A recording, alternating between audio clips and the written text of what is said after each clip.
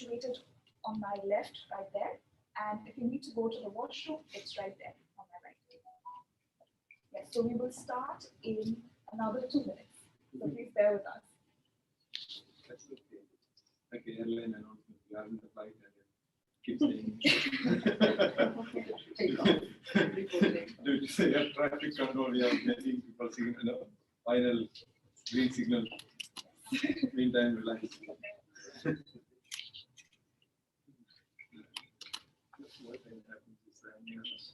Passenger reception, so I have to get on the tag of the phoning the 2-year-old knows how to. Yeah, it's also good.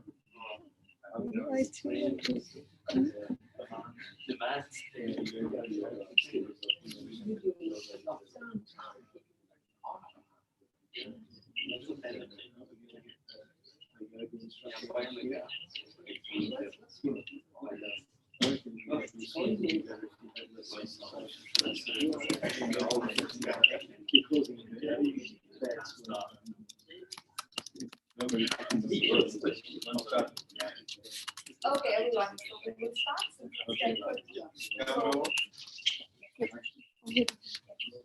morning. So this is the first good morning that I've wished you, so it must be a very wonderful morning. Yes, so I am Modi Darshini Rai. So I'm the Public Relations Officer here at LCIQ, and I will be MC. So welcome to our Industry Connect for Aged Care 2020 Manager. Thank you so much for joining us this morning. So we have some really exciting presentation with followed by series of project and an exciting surprise workshop which you will not find in your agenda lined up for you today. So I hope everyone is excited about that. So to formally welcome everyone, we have Dr. Shishir here with us. So some of you might already know him, but for some who don't, Dr. Shishir is a senior researcher and academic specializing in ICT and innovation policy. Dedicated to innovation and technology, Dr. Shishir leads multidisciplinary research on the design, development, delivery, execution, and evaluation of cutting-edge ICT technology to improve tertiary education systems and healthcare service delivery. So, Dr. Shishir, the stage is yours. Thank you, Modi, for your extensive introductory note. Thank you. Good morning, distinguished participants of today's event, Industry Connector, Care 2021. Our meeting is being held on the lands of the Wurundjeri people, and we acknowledge them as traditional owners.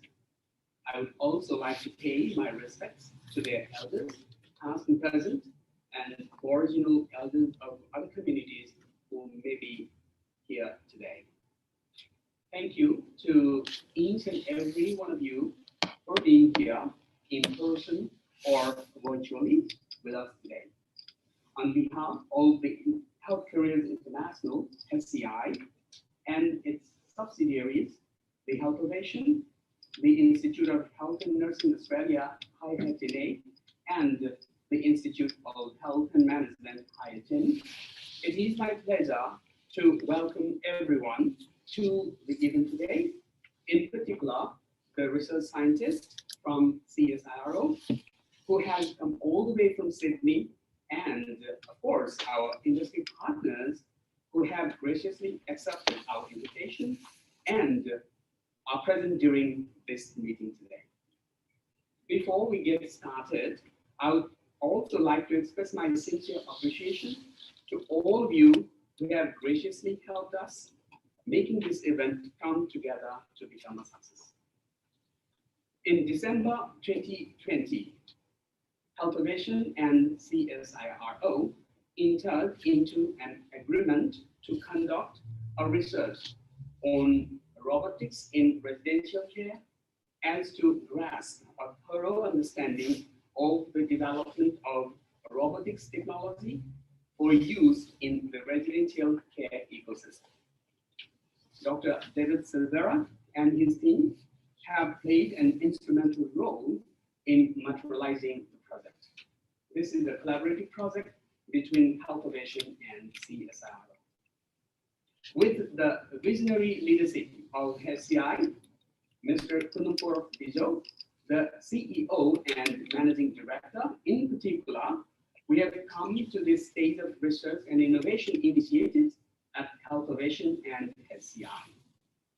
With the ultimate purpose of enhancing lives, we have made small steps utilizing disruptive innovations in healthcare and tertiary education to make big impacts for the benefits to the communities at large. Today's function is a part of the whole ecosystem that SCI has envisaged for. We wish to continue such industry engagements and get realistic inputs for materializing various projects at hand. I'm sure that during the interactions with the team at SCI today, we will be able to brief you on various aspects of the development progress, and we hope that your inputs and deliberations will go a long way in shaping up our projects for positive outcomes, both to the communities and the industry at large. Thank you very much. Thanks. Thank you, Dr. Shishir, for that welcome. So our next speaker has a passion for education, entrepreneurship, technology, and innovation. Mr. Bijo is the founder and managing director of Health Career International Group. He has shaped the vision of the FCI Group with his years of experience and his passion to enable new innovative programs to push the envelope for career-focused healthcare education and training. As an advocate for lifelong learning, he is currently pursuing his PhD at Swinburne University, and he inspires all of us to push, to expand our knowledge, and to strive towards excellence every single day. So without much further ado, I would request Mr. Bijo to come on the stage and introduce Health Ovation to us all today. Thank you.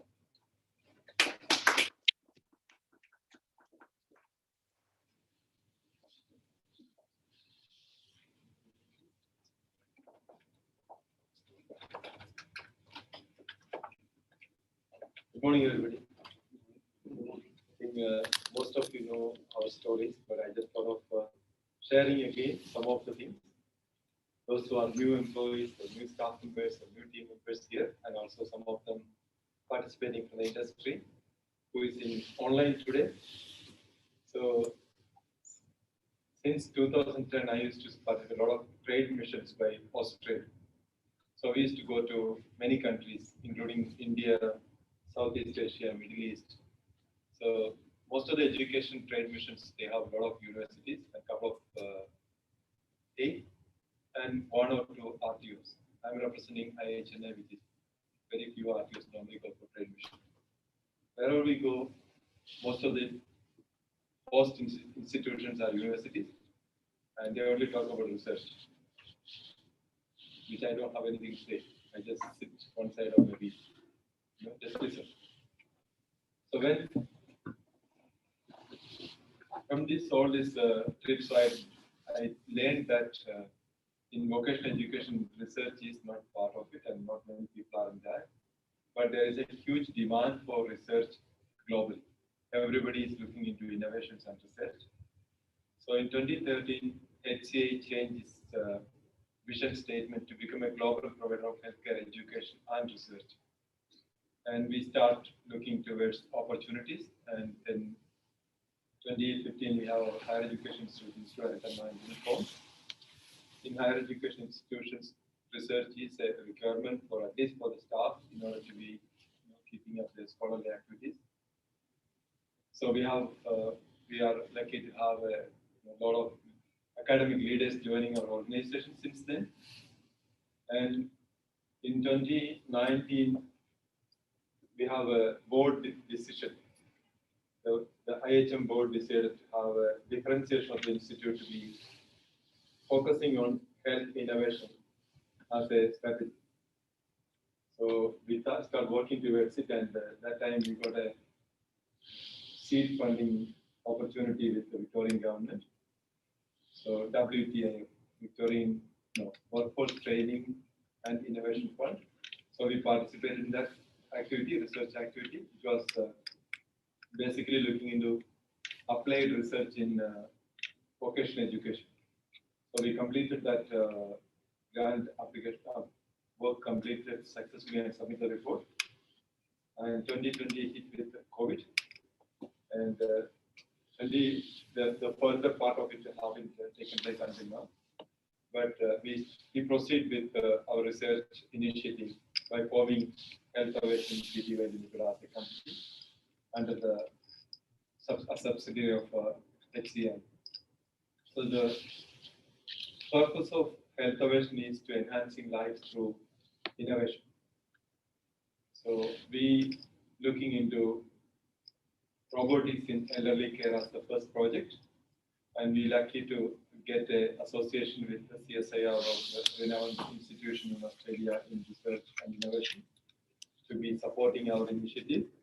So we look forward to work with the CSIRO and make this project successful as we do in everything we do.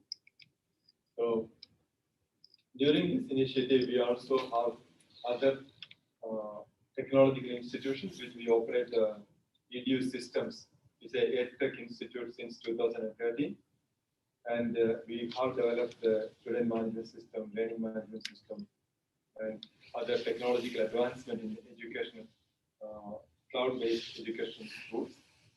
And we continue to build that further with the formation of Health Innovation here. And we also have another division which is looking into resource development for education, which is ACELEarn. So ACELEarn is also another technology institute which is looking into creating virtual reality or augmented reality technologies into nursing or healthcare education resources.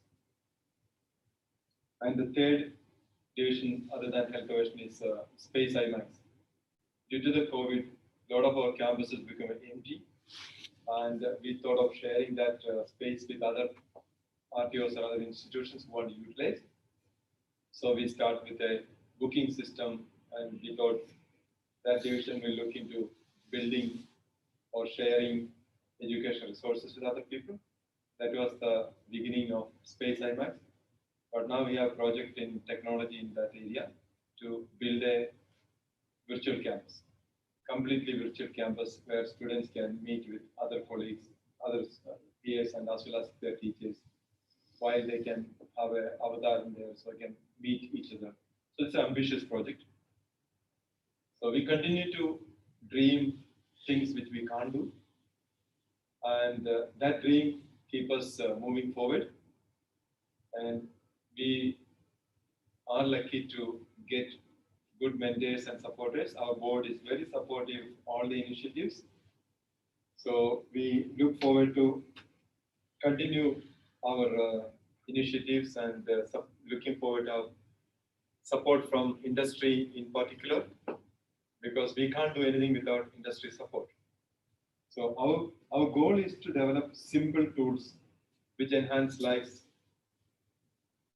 mainly elderly people, and using technology. So it could be a simple app, it could be a simple tool. Small things. We are not looking into revolutionizing the whole elderly industry, the aged care industry, but we are sure we can make small difference to people, and we continue to look for opportunities to share our part. Thank you.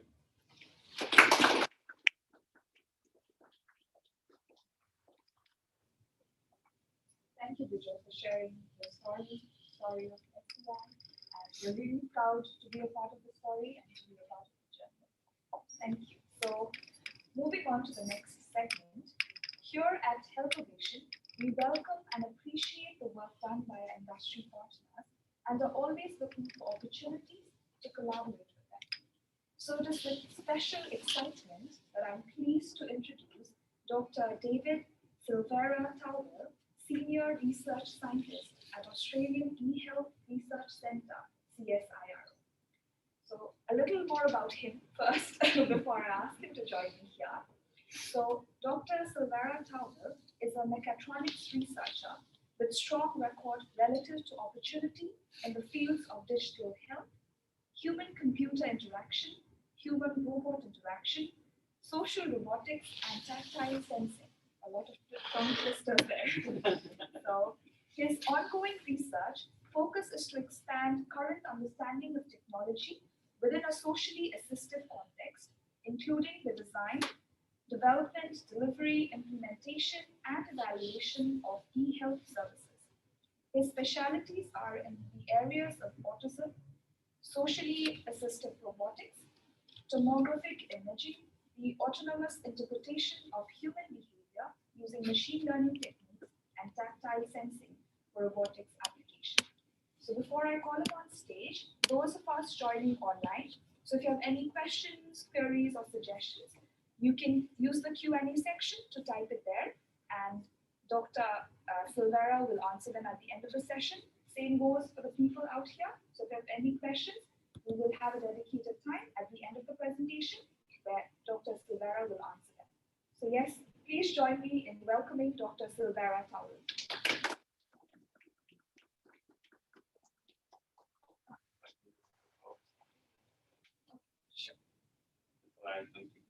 Oh, no, that's fine. Thank you. Down. Sorry, I'm a little bit short, so I always try to bring the. Perfect, that's great. Thank you. Otherwise, I can't see anyone.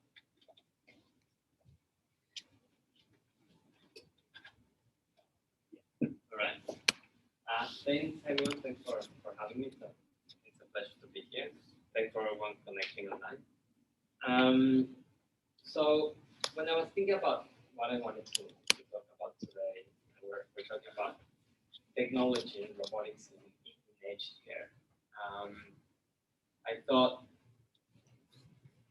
really just want to tell you about what others have been doing in robotics in aged care and say this is what you can do and what we can do in Australia and we can replicate it here because it's not what we're after.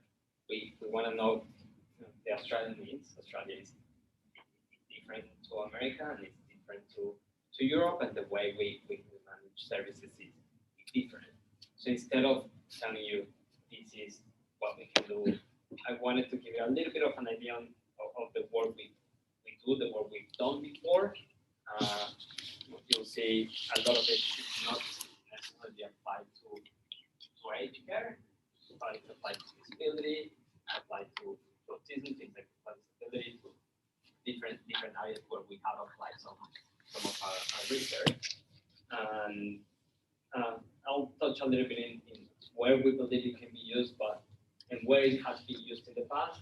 But then we're open to the conversation, to the discussion. So that doesn't work for me. It's more about showing you the capabilities more than the specific direction. So that's why I call it towards social assisted robotics in aged care, because we're not proposing a big solution, but it's what's the journey we can take to get to this point where we can actually apply our knowledge, apply our technology to these solutions. So just a little bit about where I come from. Like I was saying, I come from CSIRO. There's quite a few different units within CSIRO. I work within the health and biosecurity unit. Within that, there's a few groups within the unit, and we're the Australian Health Research Centre, which is basically the digital arm of CSIRO. So everything the digital health atmosphere. So everything that is health, ICT technology brought together falls with us. We're about 120 last time I checked, but I think we might be about 150 people now. And we're divided in three main groups: biomedical and information informatics, which is all around data, genomics, biostatistics, imaging, big data processing to make decisions around health. Health informatics and system analytics is again around data, but this is more focused at the healthcare system. So it could be data from hospitals to predict when patients are coming or how many patients are expected to be in a hospital the next week, to planning with beds, etc. And then health services. That is where I sit within the health services group. So this health services group, what we do is use technology to improve the delivery of health services. We try to we work directly with patients and with caregivers to improve how the service is delivered. We have mostly these technologies. We do a lot of mobile health solutions, which is apps, web pages, etc.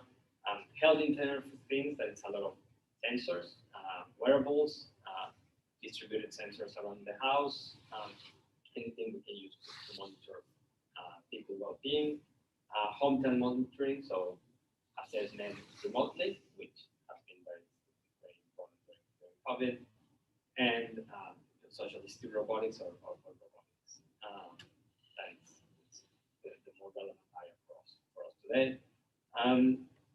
We also have some other areas of expertise that are not related to technologies: the behavioral health, environmental health, and predictive health. So the two in red are the two areas that I lead within the group. So I look at predictive health and I look at the robotics area. So just a few quick examples.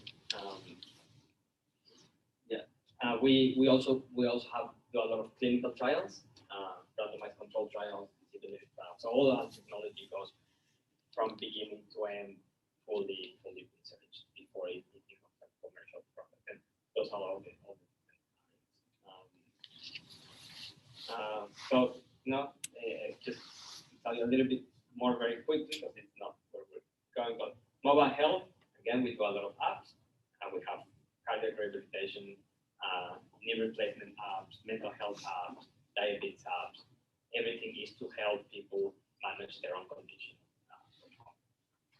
In aging, we have been working for a very long time in what is the safer, smarter home, which is distributed sensor at home. So this is to help people to improve independence living at home. So it's distributed sensors at home, not cameras for privacy reasons, but we look at functional independence, activities of the daily living. We do tracking of different activities to understand patterns of living. So we don't try to see what someone is doing, we just try to look at general patterns of life. And if the patterns change dramatically, we know that there's a change, most possibly in their condition, and then we can raise an alarm so that a carer or a medical doctor goes and checks in on the patient. So, and we recently actually finished a randomized controlled trial in 200 homes to see if we have very positive outcomes.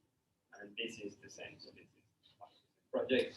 And in predictive health, we've been looking at early diagnosis of cerebral palsy with sensors. So we have little sensors in the legs, in the head, and based on movement, we can predict if they have cerebral palsy, or we can look at emotional dysregulation. So try to predict when a child is mostly children with a typical behavior or young people with a typical behavior, we can predict if there's going to be dysregulation, so we can give knowledge to the parents, early knowledge to the parents or the teachers, so that they can approach and try to respond before the child is fully dysregulated. And we're looking at secondary prevention of stroke to try to predict if a patient will have a second stroke after they already have job. So this is an example of the kind of work we do in general. And social assistive robotics. So how did we get into social assistive robotics? How did I start in robotics? So before getting into detail, and a lot of us when we think about robots, we might think about Terminator or even this white one here. What really is a robot? So we don't get into that box of the what we see in the movies. A robot can be anything. If there's cognition, which is a software that makes decisions, if it's action, a system that responds to that cognition, and there's sensors that look at the world. So we look at the world, we make decisions, and we respond to those decisions in a mechanical way or in the world. That is a robot. And that could be a car with sensors, that is a robot. That could be a factory, that could be any of those robots that are standing there. And I'll actually show you a few more examples. So anything that has those three things can get a robot, can look like a box as long as it has some response. Socially assisted robotics brings a little bit more than just the mechanical part of robotics. Socially assisted robotics brings the robotics part. I just explained what a robot is, but it has to be a robot that also understands about interaction with people, about dealing with people. So that makes it different to a robot you will find in manufacturing, or even a smart car. You need to have a little bit of the understanding of the psychology, the behavioral part of people, the mold design, how do you design the machine to both look and interact with people. Because it's a system, you need to understand the health needs. You bring those together, and you have what we call assistive robotics. You also have assistive robotics and social robotics that don't include the health part or the psychology part. So let me show you this one. So this is more or less what socially assisted robotics and assistive robotics involve. So on the left, can you see this? Yeah, you can see. We have service robots, which are systems that, or robots that would help people it can be in aged care or it can be in any health environment, but with minimal interaction with people. So it could be a cleaning robot, it could be a logistic delivery robot, it could be a pharmacy robot. So they go around the space. They need to understand how to interact with people because they have some contact with people, but it's not significant contact. A delivery robot can just go through a hallway and deliver without interacting with people, just avoid it. Then you have, on the other end, you have assistive robotics. Again, these are systems that need to understand the human needs because they are interacting directly with people. They have physical intervention with people. And some of the examples we have here are the leg system that is like an exoskeleton and helps people physically. You have a wheelchair, or you even have the eating support. It's a spoon that it helps. So all of those don't necessarily have social interaction, but they have physical intervention and they do interact with people. And then we have the social assistive robotics in the middle that support people through social interaction, through behavior. So for what we're looking in this work for aged care, we could cover all these three different areas. And we could look at how we can support residential care or age at home through any of these systems with services, with physical intervention, and through social interaction. So going back to the beginning, so where did I start and how did I get into robotics and into health and social robotics? So going back to the beginning about, and I'll do it quick, relatively quick, about 15 years ago, maybe, I started working on artificial skin. So the idea was, if we're going to have robots interacting with people, these robots need to be able to understand touch. They need to be able to respond to touch in ways that human that people respond to much, especially if we want to be able to interact with them in social ways. So I started working with artificial skin. Artificial skin in theory is a big scale array of sensors that can sense vibration, touch, temperature, etc., but that they can be used to cover the whole body of a robot, independent of size, shape, movement needs, etc. So it has to be flexible, stretchable. So that was part of where I started working. I worked in an approach that was a little bit different. Instead of using lots of sensors, I used tomography. So the idea was if I can use a material that is flexible and stretchable, and I can just cut it with scissors and put it around the robot, and then just put little sensors at the end relatively quickly, and use that, then it would be a lot cheaper, a lot faster. It might be good enough. It's not as perfect, but it might be good enough. So that's what I did. So that was one of my experiments. The material on the left was used to cover an arm, and you can see there's touch, and there's you can recreate that, and then went from there to identify different types of touch, started with basic, a push or a scratch or a tap, etc. But then my actual goal was to identify social touch, so emotions, rejection, affection, etc., and try to see the difference between the touches, and that was quite successful. We got similar results to what humans get when they try to communicate with people, and so from here, the idea was where do we go? We can have interaction, close interaction. We have tactile interaction. We can have robots. So what's next? So I started moving into the understanding of human perception in social robotics. So how do people perceive different robots? And what happens when they interact with robots? And what kind of robots they like to interact with?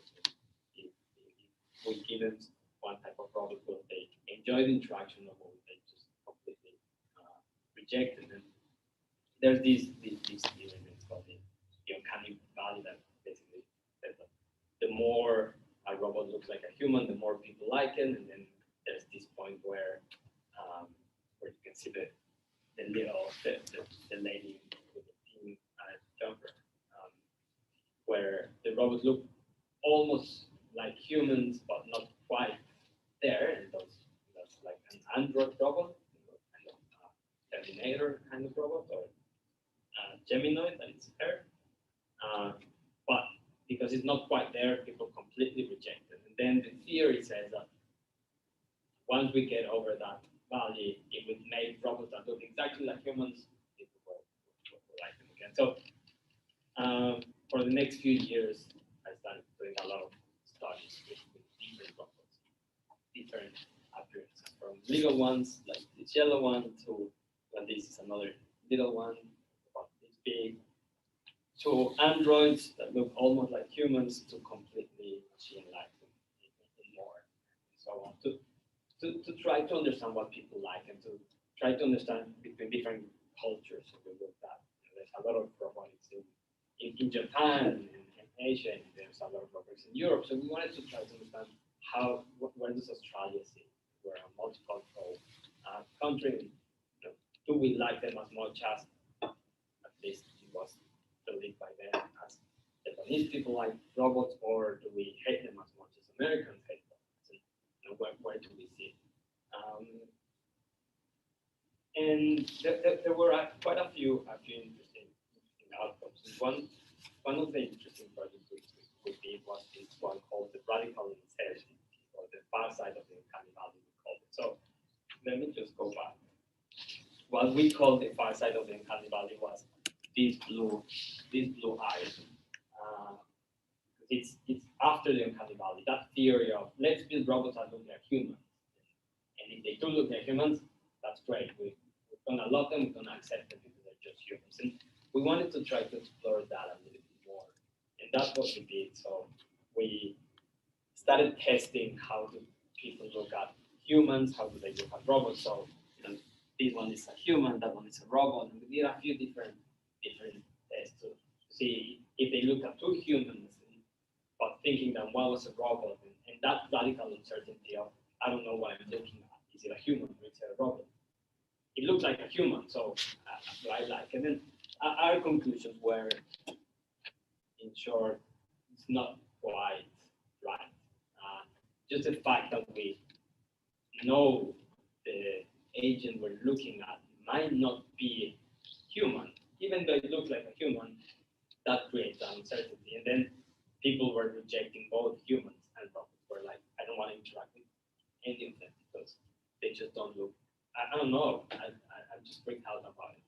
Is it a human? Is it a robot? I'm not interested. And no, we don't really know what would happen if you do that for years. But our conclusion was, if we want to introduce this technology in healthcare, we need to go with honest representations of robots. So make sure that people know they're interacting with a robot.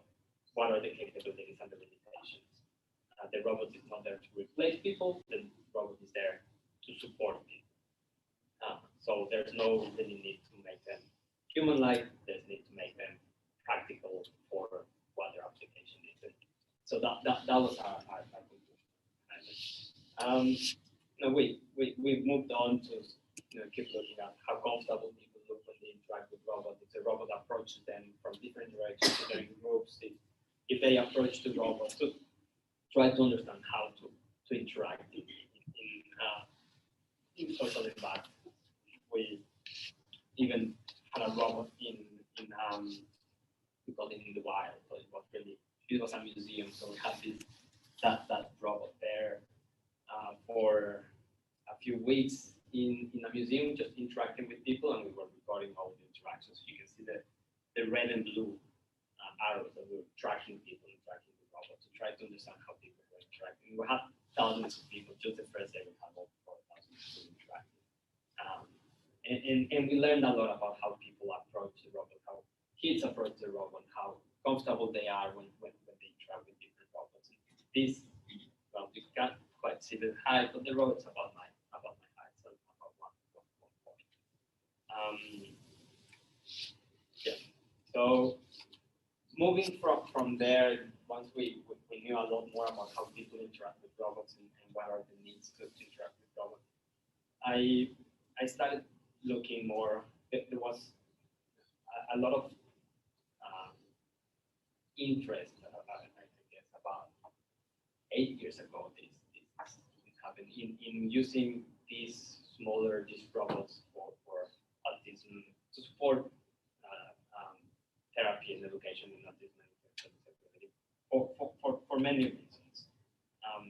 Robots are not judgmental, that don't show complex emotions, and a lot of the children that are atypical in this population that are not often comfortable interacting with people that are complex, that it's difficult to understand, and that maybe get frustrated with the need for repetition. So these robots were really good in that sense, but were also new, novel, different, and provided a lot of opportunities to try to bring something new to this area. So we started working in the area here. You can see this is three of the robots, and as I said, a robot might not look exactly like you expect, and this is one of the examples of that. So I'm gonna tell you a little bit more actually about that one.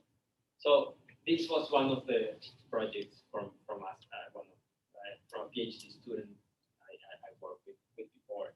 And it was a really interesting project because the idea was to create this system that would support interaction between kids and their parents. So these were kids that would not really enjoy a lot of interaction, and there was not a lot of communication between the parents or the therapists and the children, and we wanted to encourage that.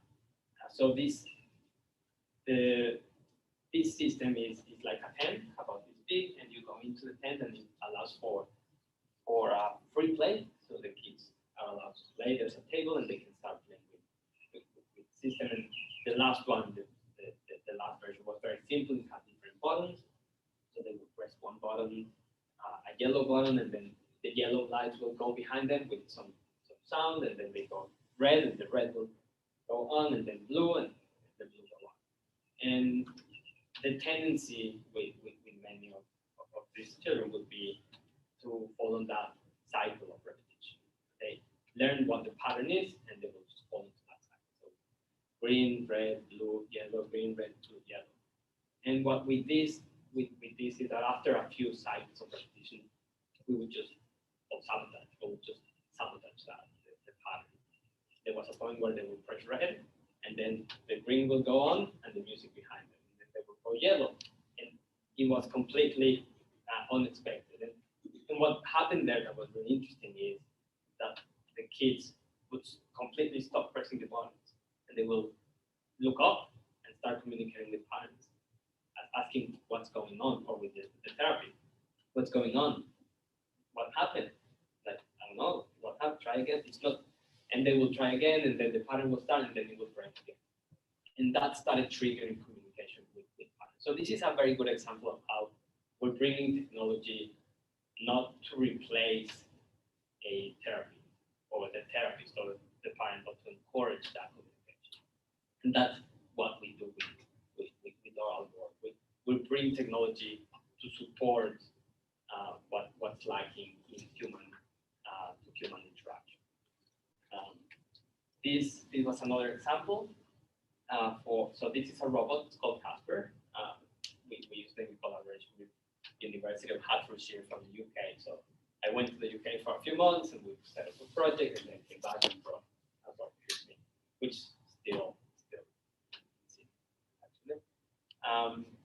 And this was, we were looking at how to support therapies so this was ABA-based intervention. So we're trying to look at, in these therapies, there's a lot of social stories that is used with kids. So basically, a social story depicts examples of real life where that are presented to the children or the young students to try to learn about how to respond in real world situations. And we thought a robot is a really good way to try to bring, instead of learning through a screen on what the situation is or through the paper, is to bring those social stories to life. You can bring a robot, you can present them the social story through the robot, and then they have the opportunity to practice with at least an embodied object instead of just looking through the screen. So that's what we wanted to do. I think this is a video. Let me see if I can play it. My favorite movie is Shrek. Xander was great. He thought of some really good questions. You know that movie? Yeah. With the green ogre and Shrek is a winner. What's your favourite three characters? I also noticed him actually feeling the silence a little bit. So when he realised Casper might not have that answer, he thought of something else really quickly. Do you love lemonade? And it was nice to see him just being generally curious about Casper. Xander shares some of the behavioural techniques he's been learning from Gabe. What's your zone that you're in? So Casper said he's happy. So which zone? Green zone. Yeah, green zone. Yes. Yeah, awesome. High five. Do you want to give Casper another high five? See you next time. Bye, Casper. Bye, Casper. Xander's reaction surprised me. So that's Just how talkative he was, asking so many questions. Like, that's not something that we normally say to Xander, so it was interesting to see that. I'll stop it there. So basically, we brought this robot to therapy. The robot was teleoperated from it. So for the study, I was controlling the robot from behind walls. We had a plan with the therapies in general, whether we knew what the therapy was about, and we had a few different behaviors that we could get the robot to do.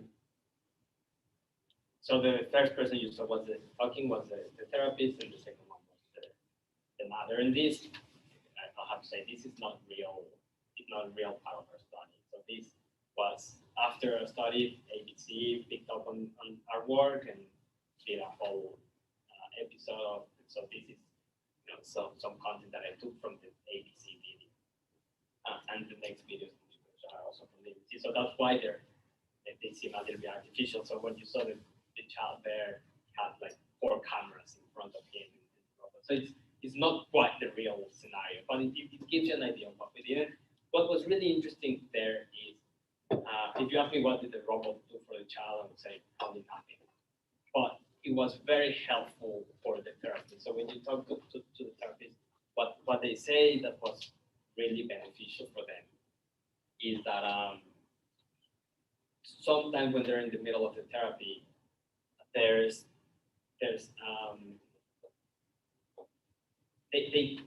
on one-on-one. They're talking with the child and they're asking questions, and sometimes the child doesn't really want to answer the questions. And having the robot there meant that they had a third person to focus the attention towards. So if they wanted to say, what did you do yesterday? The children not often really want to answer that question, but if they ask instead, so can you tell Casper what you did yesterday? They were a lot more willing to share that information with the robot. And sometimes the robot will also share if they didn't want to share, like, well, Casper, what did you do yesterday? And then Casper will say, oh, yesterday I went to the park, we'll share a story, and then we can go back to the child. So what did you do yesterday? And then they would be ready to share, which is very different than the therapist saying, well, I yesterday did, they're not so interested. So that's what the robot was bringing to that interaction. It was creating a one-one relationship to a one-three relationship to support the therapy. We also brought different robots. You'll see a few different here to high school, with students from year 7 to 12. And again, this was it's all good. Yeah, good. Just checking the time. And then it's not like push it right.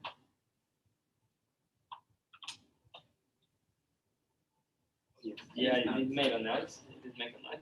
Yeah, it worked. It worked. That one worked. That one worked. It worked? Yeah. It's got to be right flush against the. Yeah, it's connected now. 7% battery. So we brought these robots to a high school. And the idea was, again, how can we use different robots to support education? And this came at a time where there was a lot of evidence in like what we did in therapy that yes, the robots can really help students with autism and intellectual disability, and there's a lot of potential for them, but we haven't really seen a lot of those systems in a school. So our plan was, we want to understand if they're so great and they're really so helpful, why they're not at a school, why teachers are not really taking this on board to deliver the lectures. And so that's what we did, and we brought these robots for a 2-year time into school. So instead of what you would see normally, that is a month, 2 months, yeah, they're great, they can come and that's it. We thought, let's do it for 2 years. And let's work with the teachers to understand what you like, what you don't, what's helpful, what's not helpful, and how we can make this happen. Or how can we just kill this research because you just really don't want it, you don't need it. And let me just show you some quick videos. This is now one of the robots. They're used across the curriculum to actually take lessons after they've been programmed. Electro swing. And again, Sometimes it this is is fun. with cameras, a video from They the use to UK. exercise. So it's a bit artificial, but it's for you to do that. It helps them become an individual. Other robots are used as part of the social therapy program. Mirror to me. That's- And don't forget to stroke him. Mero, Don't dog, sleep. and they'll be If that is, then It's Right here. So more You are the dog and Taro the seal. Sorry. So those are three different robots that we had in scope. Really, we were just looking at now that it's this red one and Paro that was the seal. We wanted to understand how to use it for a long time, etc. And it was really interesting. We got really great results.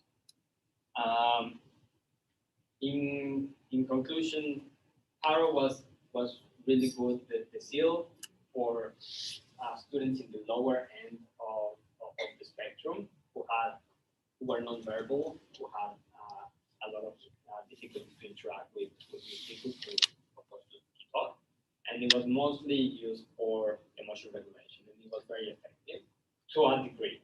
If they were completely dysregulated, the robot will not be brought in because they will just take it and throw it. It's an $8,000 robot, and nobody wants to regulate it. But it was effective just before that.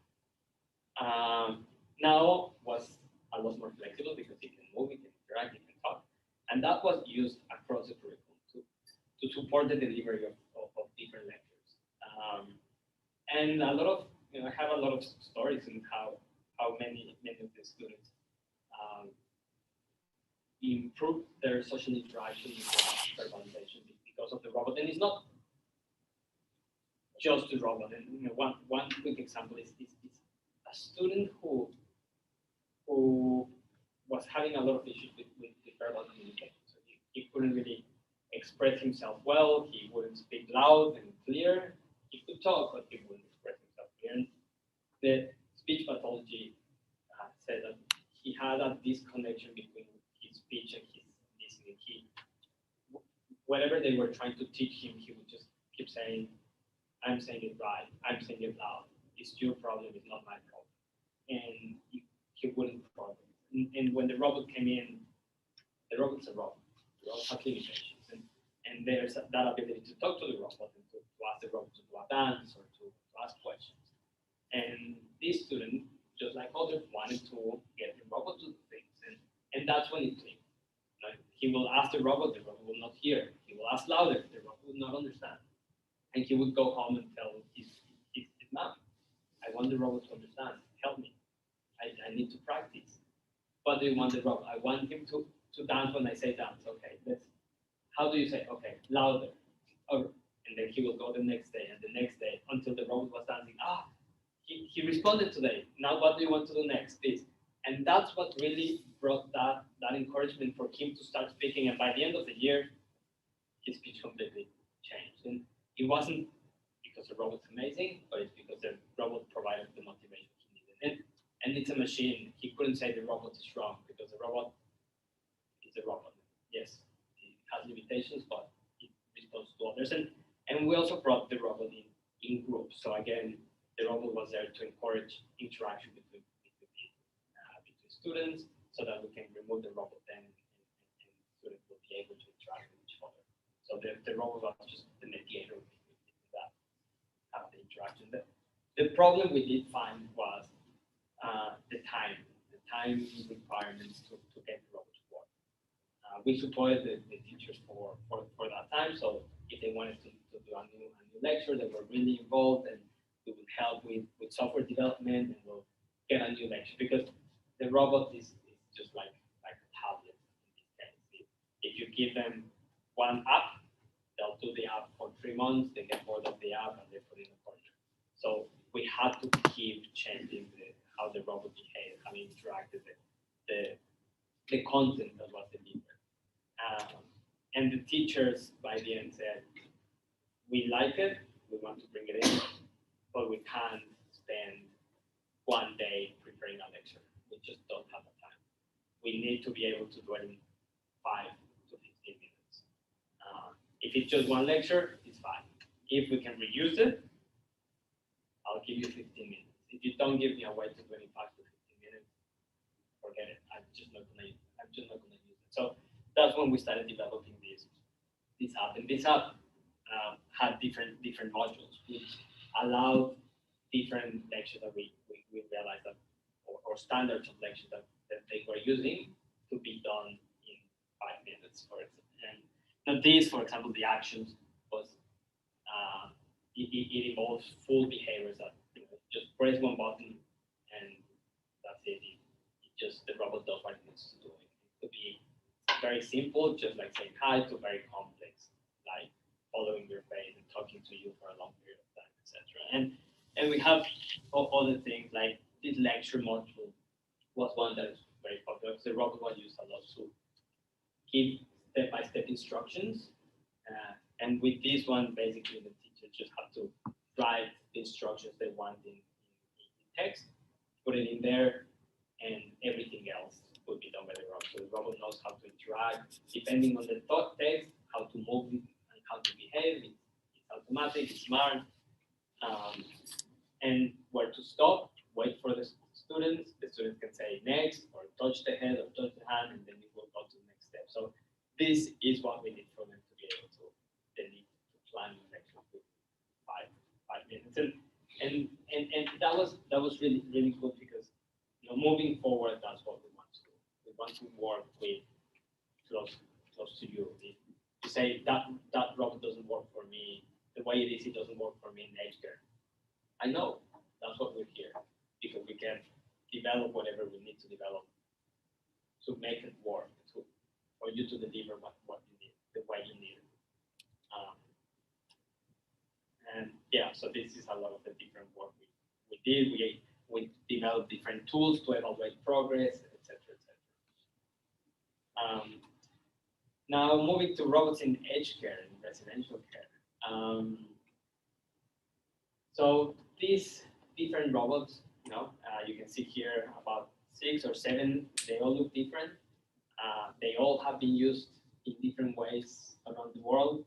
And if you look around, they can be used for cleaning, logistics, medication, motivation, entertainment, coaching, cognitive support, communication support, and more reminders, etc. Can we provide these services? Yes, we can. We can make a robot work to deliver these services. Are these the services that are priority for the Australian aged care system? I don't know. That's something that we would really like to hear from you, so we can tackle the problems or the priorities that we need to solve in Australia.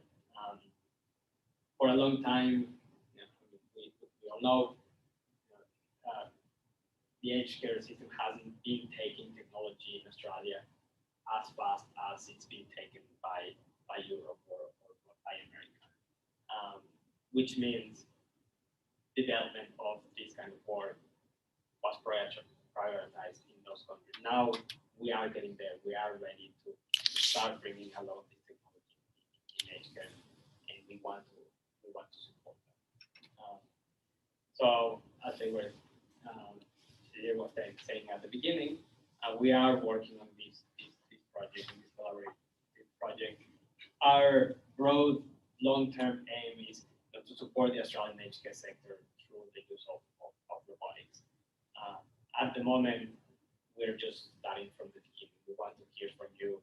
What are your pain points? What are your main challenges that we could actually support through robotics? We can tell you what are the possibilities and what's been done in other countries, but we want to hear from you what are really the main points. What do you need help with? And we can work together to bring a solution.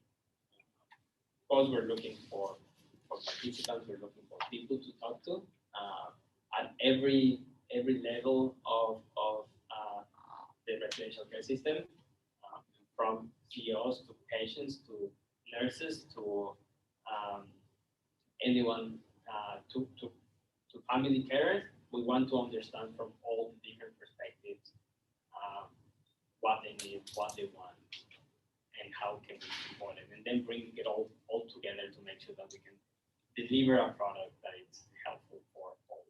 Because we understand that if it's not helpful for everyone, it's not going to be sustainable. It's not going to be taken in the long term. So that's where we're going. And these look like random pictures of robots, but these are some of the examples of the robots we already have access to.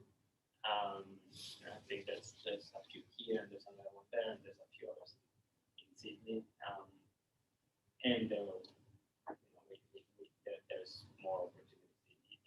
So we're not limited by the design, the look, the behavior of the technology. We're just limited by your needs, and then we do that. And this is another I guess another thing that was asked to share today, because Cyro is involved in a lot of virtual healthcare for edge care as well. And we think about the smart safer homes, but other than the robotics work, there's a lot of other virtual healthcare opportunities. So we are open and will be to talk with everyone and bring solutions across the board, not just in robotics, but anything that is edge care related, from data to technology to apps to robotics to virtual connection. That's what we do.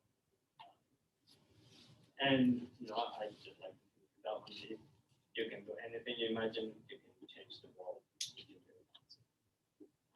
That's my email if you have any questions hours later. And acknowledgement to all of the people that have been involved in the slides that you saw, including this presentation. Thank you.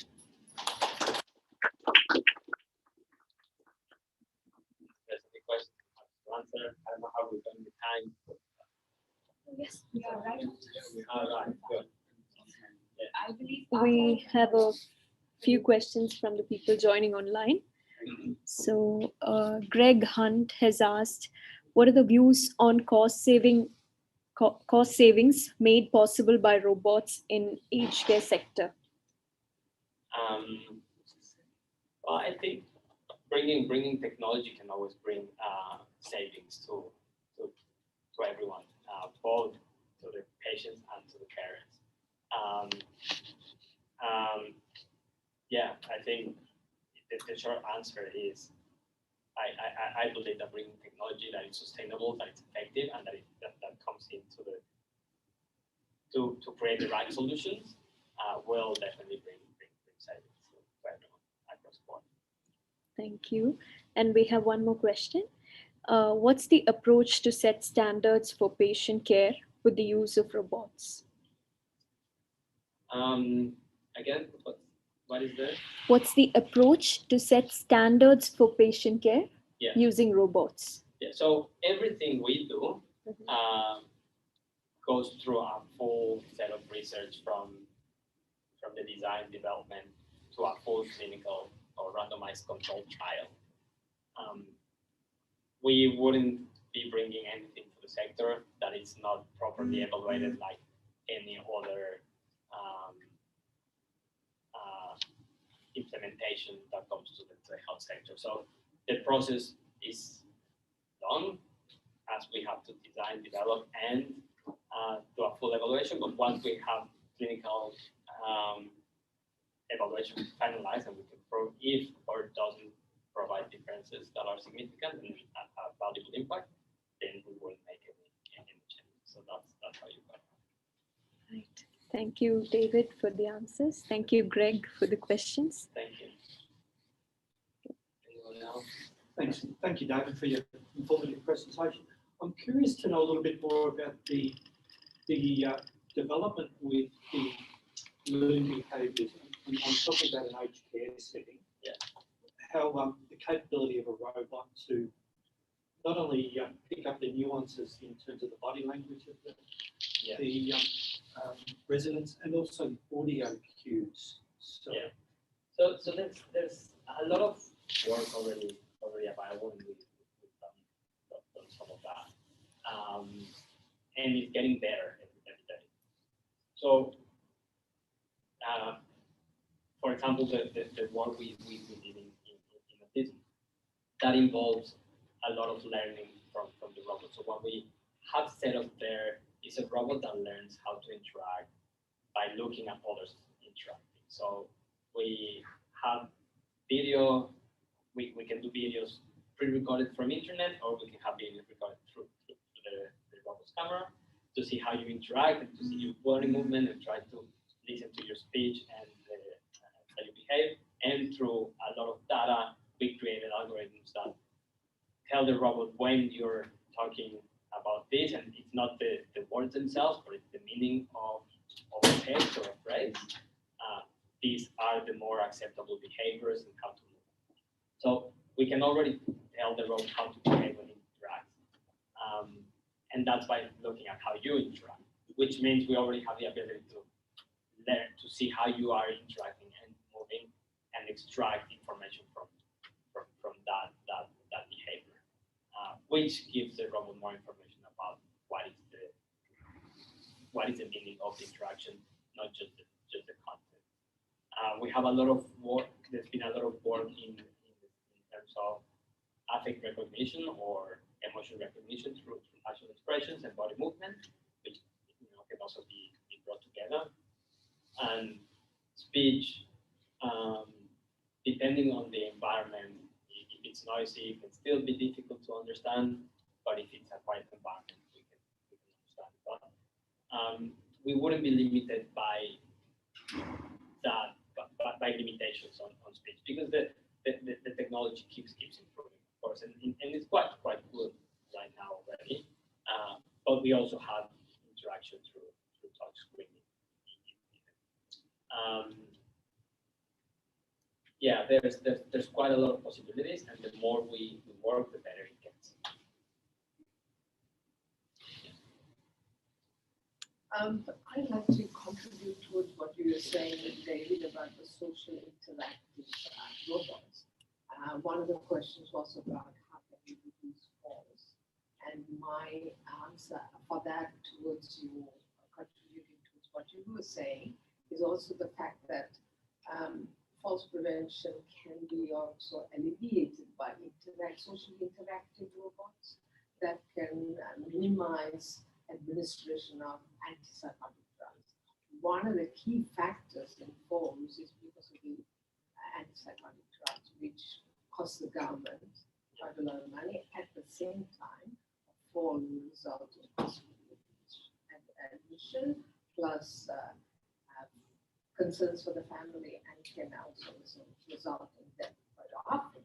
So in these circumstances, which is very high incidence of fall, and we could probably have, like what you're suggesting, the social interactive robots. Yeah, and I mean, if we talk about falls, there's a lot of possibilities. One, yes, the interaction that you see when someone falls and the alarm, but you can also have the robot that is removing any trip hazards around the space. So things that are there that shouldn't be there, and people haven't realized, the robots could be working around those hazards.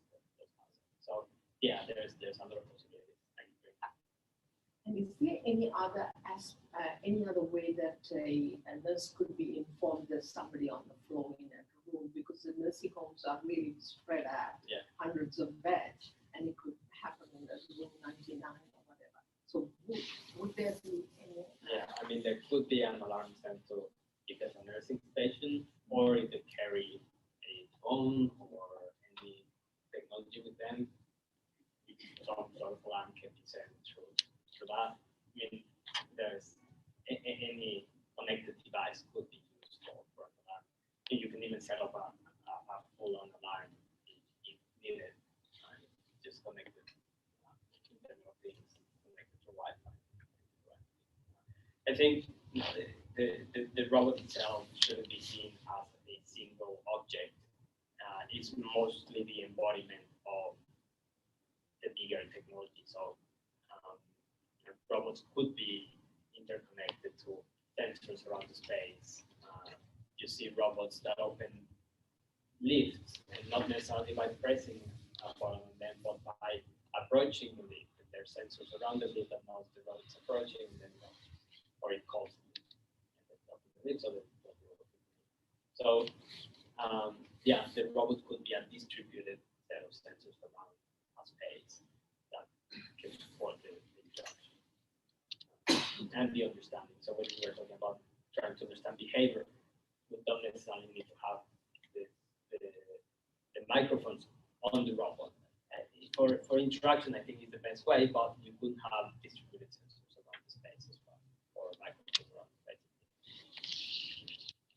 We have another question. Yes, sure. So, what are your views on limiting of the human interaction with use of robots in aged care? Can robots replicate the care both non-verbal and communicate efficiently with the patient? Yeah, so like I said before, we're not trying to replicate the care in any way. We're not trying to replicate the care provided by people, unless that's what you will tell me that we need to do, and then we'll look into it. But I really doubt it. We're trying to support interactions when the care is either not available or not sustainable. So can we provide interactions that are enjoyable, that are understandable, that are effective? Yes, we can. Can we provide an interaction that is similar to human interaction to a degree? Yes, we can. Can we replace human interaction? That's probably not, but we don't want to do that either. We want to have systems that encourage that interaction, that provide the support when it's not possible, when it's not available, but then encourages the human care to help when human contact is needed. Thank you, David. Any other questions? Have you had any experience with low attention span? It's a novelty, 5 minutes, 5 days, and then it goes in the corner or is used again? Yeah, so that's a lot of what we were interested when we were looking at with autism, because attention span was one of the biggest worries, and not just the 5-minute interaction, because when you bring a novel technology, it's new, they love it, they get obsessed for a week or two, and then what happens next? And what we realized is that as long as the technology was providing what was needed, they were still wanting to come to it. So yes, there's a novelty effect. They see the novelty and they interact with it, and then they're not interested. But because we were changing, the robot was still doing different lectures, and there were different ways of interaction, and the children could come and say, "Hello, good morning, how are you today?" And the response to that question wasn't always, "I am good."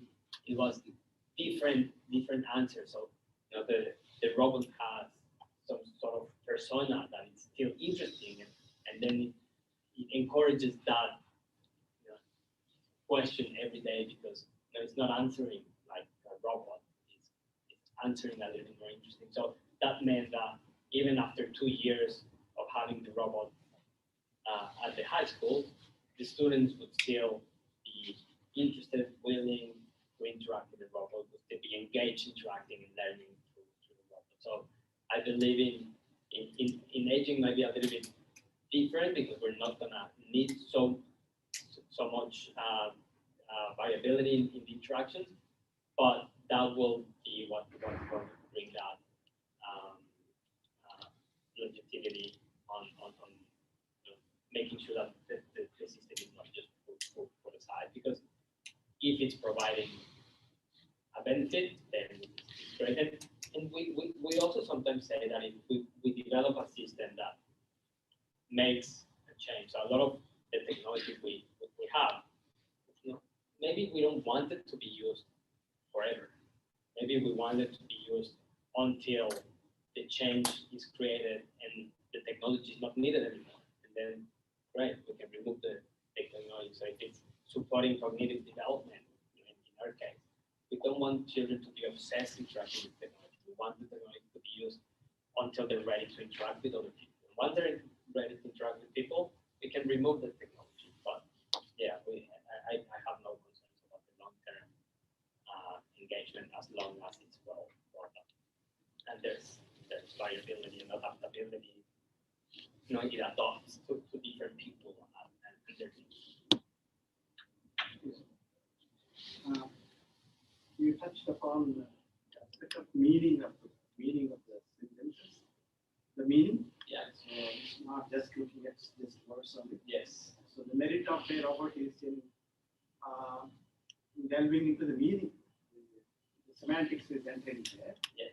So my question is, when robots go to that level of interaction, so the kind of regulatory things that see in our usual consultations, we are all governed by certain regulations and the privacy and confidentiality and the ethics part of it. Yes. So how are the robots ready now to the level of? I just would like your comment on. Yeah. So definitely confidentiality and privacy is one of the biggest concerns, and one of the as it is with all the technology we use today from the medical health records to your apps for exercise, and how to manage that privacy. And just the same way that it's managed all the records that are in the hospital computer and the residential computer. So the same rules will apply for the robot. How the data is managed, how the data is kept, and the privacy of that data has to be managed with the same level of privacy. Just to give an example, smarter, safer homes, when we have distributed sensors, we made the decision to not have any cameras recording the behavior. So we know that we look at the activities of daily living through sensors that don't record the exact behaviors, that are not looking at people in the hospitals of privacy. Don't want to have a camera in the room, in the bathroom, because you're putting pictures of a person online, so we don't do any data collection like that. If we had cameras in the robot, I would suggest you extract it in the data that is relevant first, and then store the codes of the data, the relevant part of the data, instead of the content, the text. So that's how we go about it. Synthesizer, smarter sensor home, for example, if you want to go to know if they're going to the bathroom, we have sound sensors that know if somebody went in, if there's a tap being turned on, or if there's a toilet being flushed. So we know, yeah, the person is going to the toilet because there's a sound in the toilet of a toilet being flushed, and that's all the information we collect at that point. If we want to know if there's cold, we use radar information. So there's sensors that we can look at the general aspect of how a person is in the room without really looking at the person. So we can know if it's standing, we can know if it's on the floor for a long time, then we know there's something wrong. But we're not collecting actual information of the person. So we look at how to store the minimum data to make decisions. So for the interaction, I wouldn't say we need to collect the text of what people are doing. We don't collect it. We look at the meaning just so that the robot can respond according to that. If we needed to collect information for some other reason, then we need to provide it. Just like human record, how you can keep that data. So the same telehealth standards. The same telehealth standards for how to apply for the. Just a quick one, in terms of the studies that have been conducted already in the robotics sector, are there specific studies relating to customer set? So in terms of studies that have been conducted in elderly individuals or aged care individuals to depict on whether or not there is actually appetite for adoption, or what those problems are? So some of the biggest studies that have been done, there's quite a lot of them, but the biggest studies that have gone for months and shown a lot of positive effects have been done with the power robot, the seal, this one. So that's it looks like a little baby seal, and when you touch it, it makes like seal noises and it moves the tail and kind of interacts a little bit with how you manipulate it. So that robot is being used in residential care quite a lot. The general results from that seem to be exactly what we want. So it encourages interaction with patients. It's a new doll. It interacts. It responds. So when one resident is using it, the other residents seem to be interested, and they come and they start talking. And as a result of that interaction with the soft, fluffy seal and interaction with patients, this has shown a lot of significant impact in mental health or improving mental health on residents and improving interaction with residents. So that is one. It's probably the one that's been around for longest, and with studies that have been done for 4 months with positive results. There's a lot of other shorter studies with now and with other robots that I think I had here. With Pepper, Matilda, all of those, and this is another one. All of those have had shorter interactions, shorter studies that have shown a lot of potential and positive outcomes in communication, improving, reducing isolation, in motivation for rehabilitation, and cognitive development support with dementia, patients with early dementia, etc. So a lot of those have used a lot of shown potential. I won't say there's a lot of studies that have gone for a very long time, but shorter studies have shown a lot of potential and a lot of interest. There's a lot of research that shows that people want it and are interested in having it, as long as they understand what are the goals and limitations of the technology. So we just have to be very clear. This is, like I said at the beginning, this is a robot. This is what it should do, and it's not perfect, and don't expect it to do this because it can't, unless we develop it. I have a question. Although I've never worked in an aged care, but I have a lot of elderly people at home. Yes. So the problem that I face is with any new technology, they do not want to go through the hassle of learning how to use it. They are very untrusting. Like they do not trust it as much as children, and they're not accepting. So when you develop robots, so do you have a rollout plan or an induction strategy which aged cares in general can adopt? So with the robot, will you consider having a plan? Yeah. So the idea is that if when we bring a technology, we have to bring it in a way that is usable, flexible, and friendly to the user.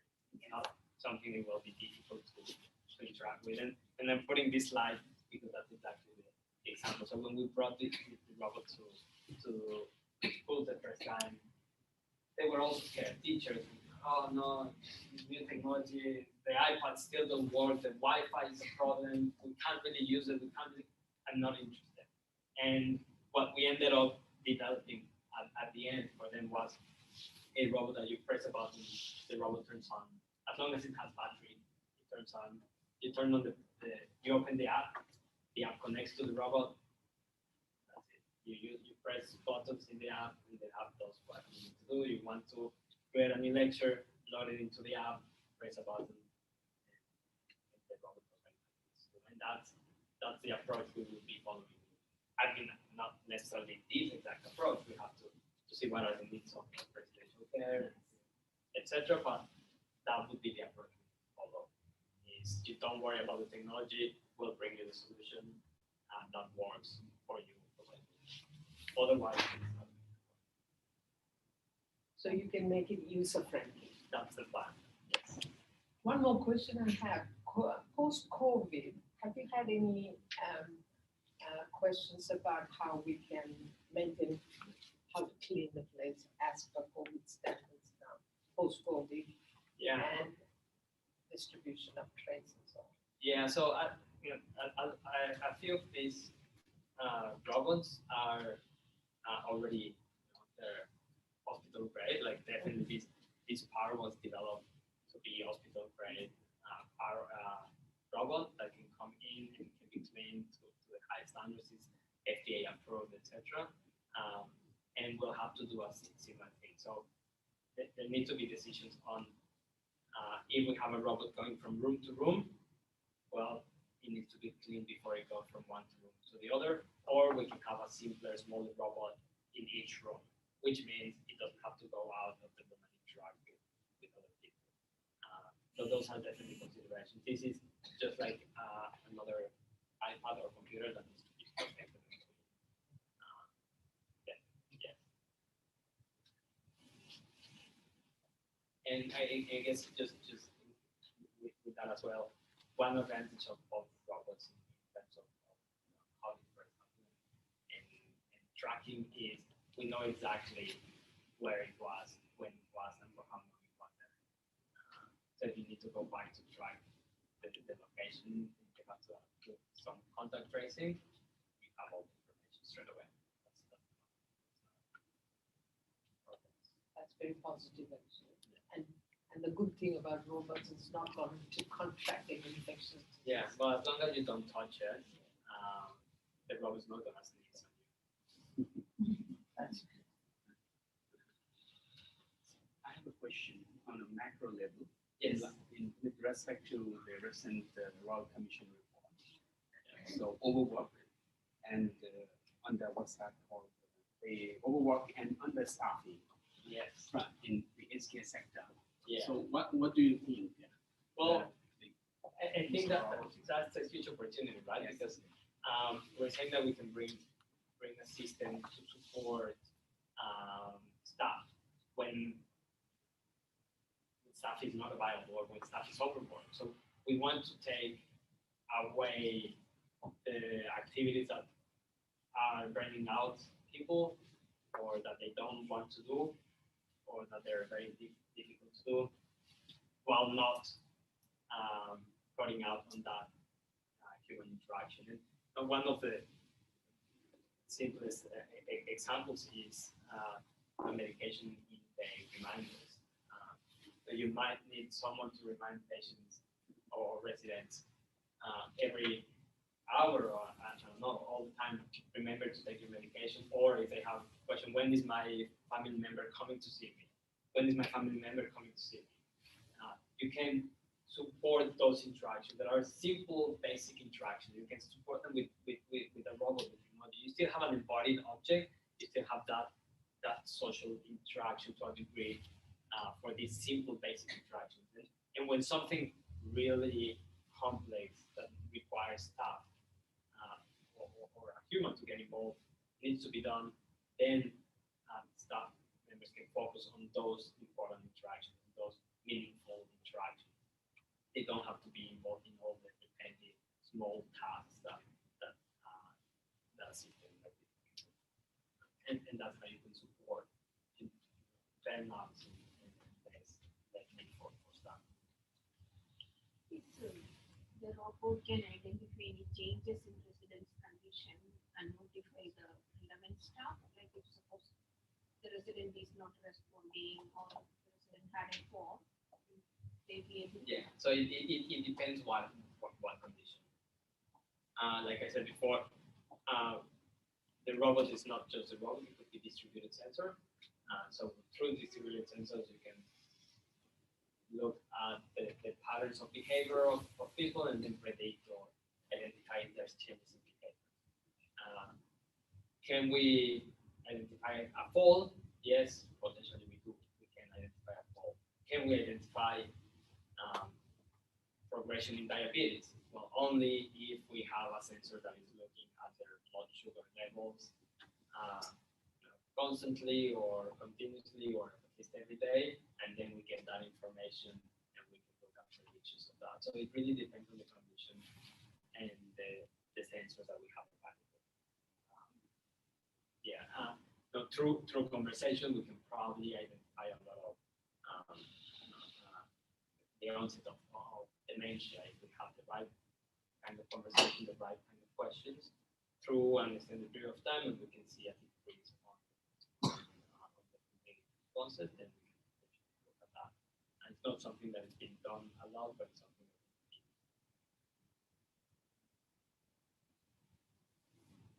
We have another question. All right. How supportive are these robots in domestic setting, like at home? Can you customize these robots for an aged person who's at home? And how can we effectively use the service?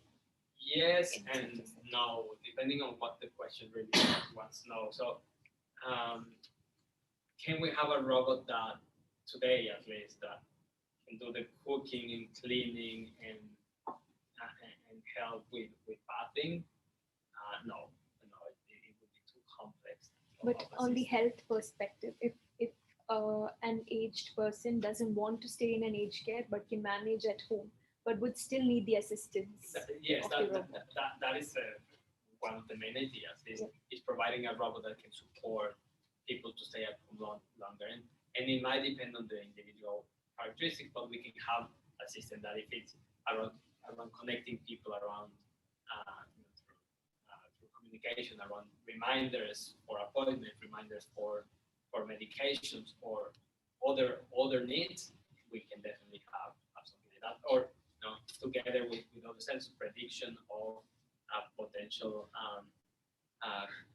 set of conditions, and we can monitor that, and we can collect additional information through the robot to have that conversation, etc. Yes, we can definitely do that. It becomes difficult when it's about manipulation of kitchen objects and bathing objects, because the technology, I think, will get there one day, but it's not quite there yet.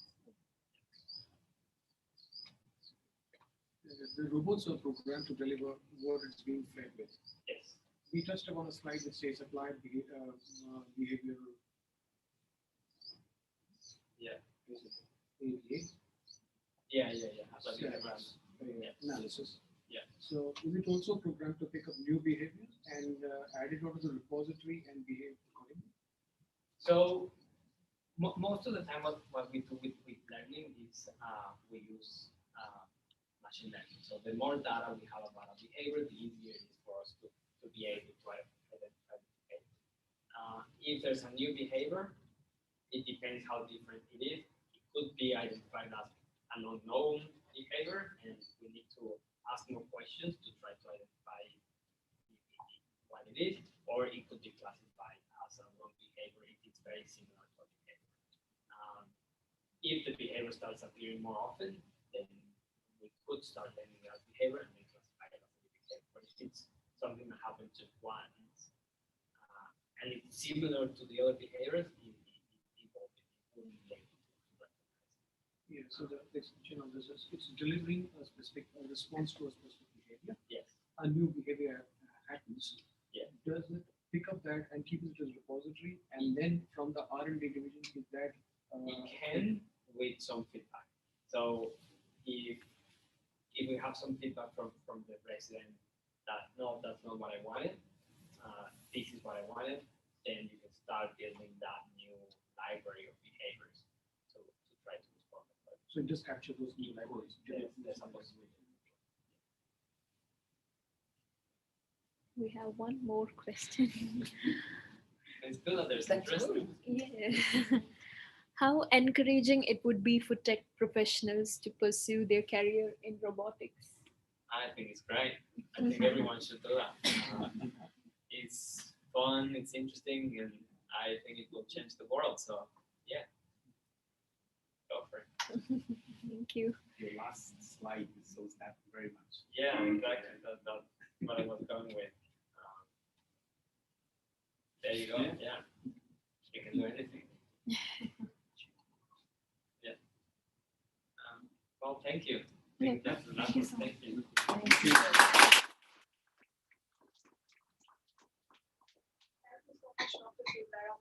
Full on Q&A session. You dodged a lot of bullets and then you answered all the questions. So moving on to our next segment. So there's been a slight delay, so we do not have the questions as of now. So what we can do is you can use the time to connect, network right now. So in the next 10 minutes, so we just have a quick break now. So in the next 10 minutes, the food will arrive. So then we can just talk to each other, make conversation, and then Without robots? with robots, they'll be here. We have the two robots here. So, and after the lunch break, after the break, we will have a quick run through of our exhibitions, our project exhibitions conducted by our own team members here, followed by another short workshop, which will be very helpful for all the team. Yes. So thank you. So we'll just take a quick break here, everyone. Thank you. Thank you. Thank you. Thank you. Questions can come in. Yeah. Fantastic. Yeah. Yeah, some were a bit more beginning on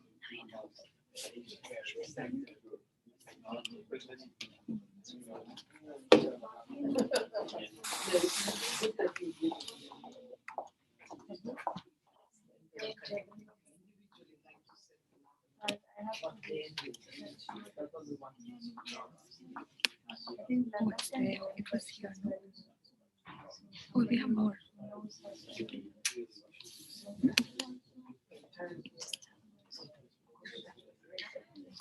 Thank you guys for joining us online. We will end the live streaming here.